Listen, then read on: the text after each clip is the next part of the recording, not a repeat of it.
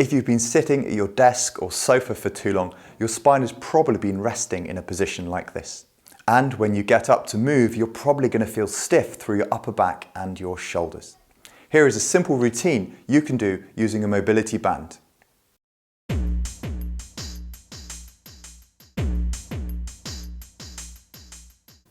Loop the band around a fixed object and pull the band towards your body, with your arms by your side, particularly focusing on pulling your shoulders back so your shoulder blades come together.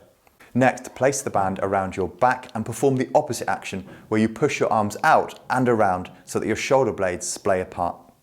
Next, tuck your elbows in and bend them to 90 degrees. Hold the band in front of you and pull your arms out laterally while keeping your elbows in. Your shoulders should go back and your chest should push forwards. The final part of this routine, take a band in front of you with your arms straight, then elevate the band above your head. If this position is achieved quite easily, then you can add in a squat whilst the band is overhead. You can do this routine 2 or 3 times a day and it may help to reduce the aches and pains that you get from sitting at your desk for prolonged periods of time. I hope it helps. I'll see you in another video.